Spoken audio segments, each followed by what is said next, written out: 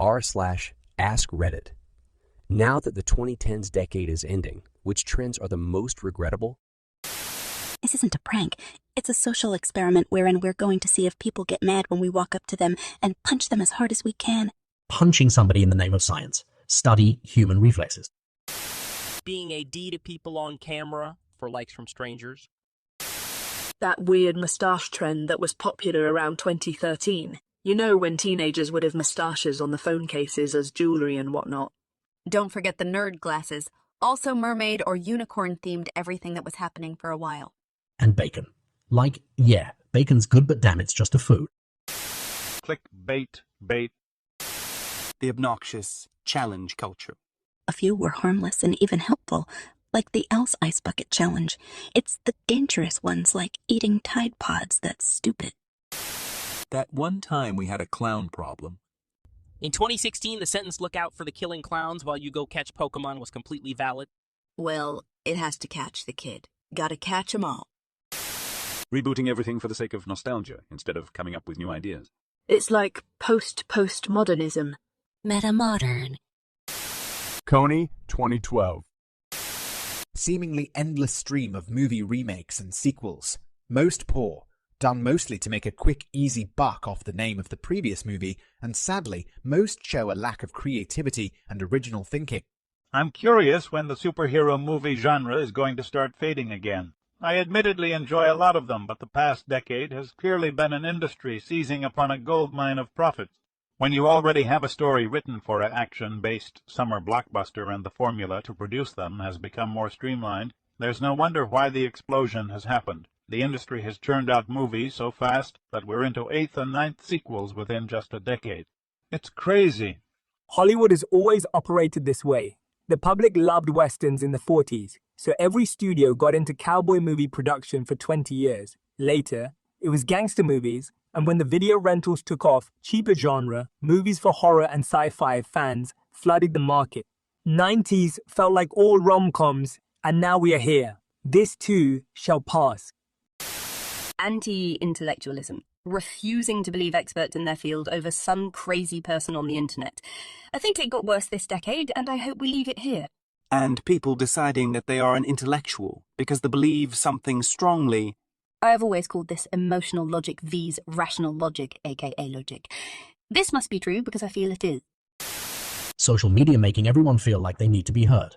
It's one of the main reasons why stuff like anti-vaxxers, Melms, Nazis, cancel culture, flat, earthers, etc.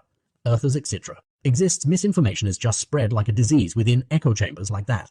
Yes, and beside being heard, acting like everyone's voice was and should be equal. Random nutjob on the street TVs. Scientists shouldn't have an equally loud voice just because nutjob has more followers.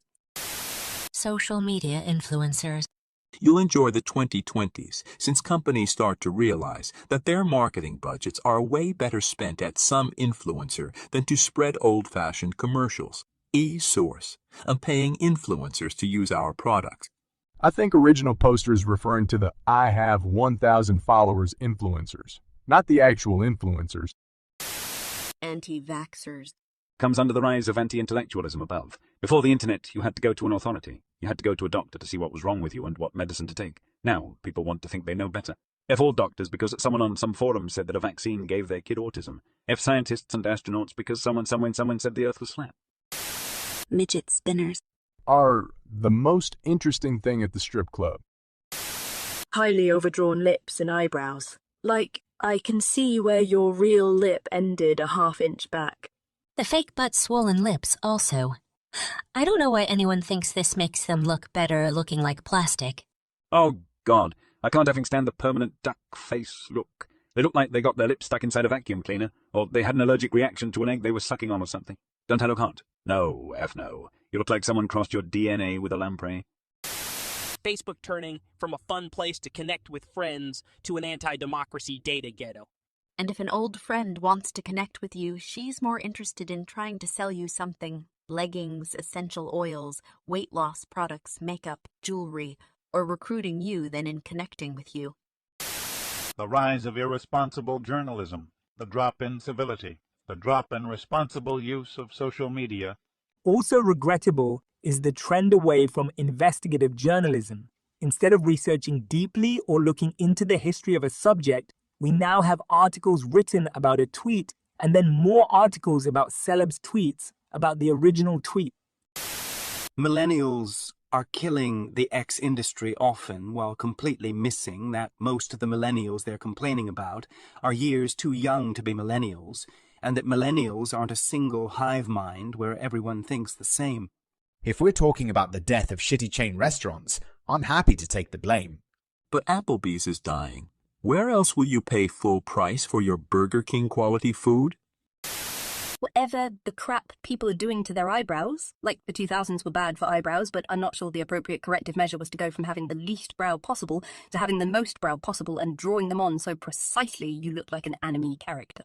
Yeah, there's going to be a lot of people looking back on their eyebrows during these years with horror. The rat tail of our generation. The death of legitimate journalism, replacing in with soundbites, partisan hacks, fake news, and networks in such a rush to report anything that they don't bother to fact-check. The way people just crap all over things they don't understand. It happens with everyone, not any particular groups. I'm tired of seeing people so blatantly disrespectful towards things other people enjoy. If I like X and you like I, why do you have to argue XEVs? Why? Can't we just have a meaningful conversation about X and I both being shaped by V? None. Let's just pretend some of them never happened. This is a movement I can get behind.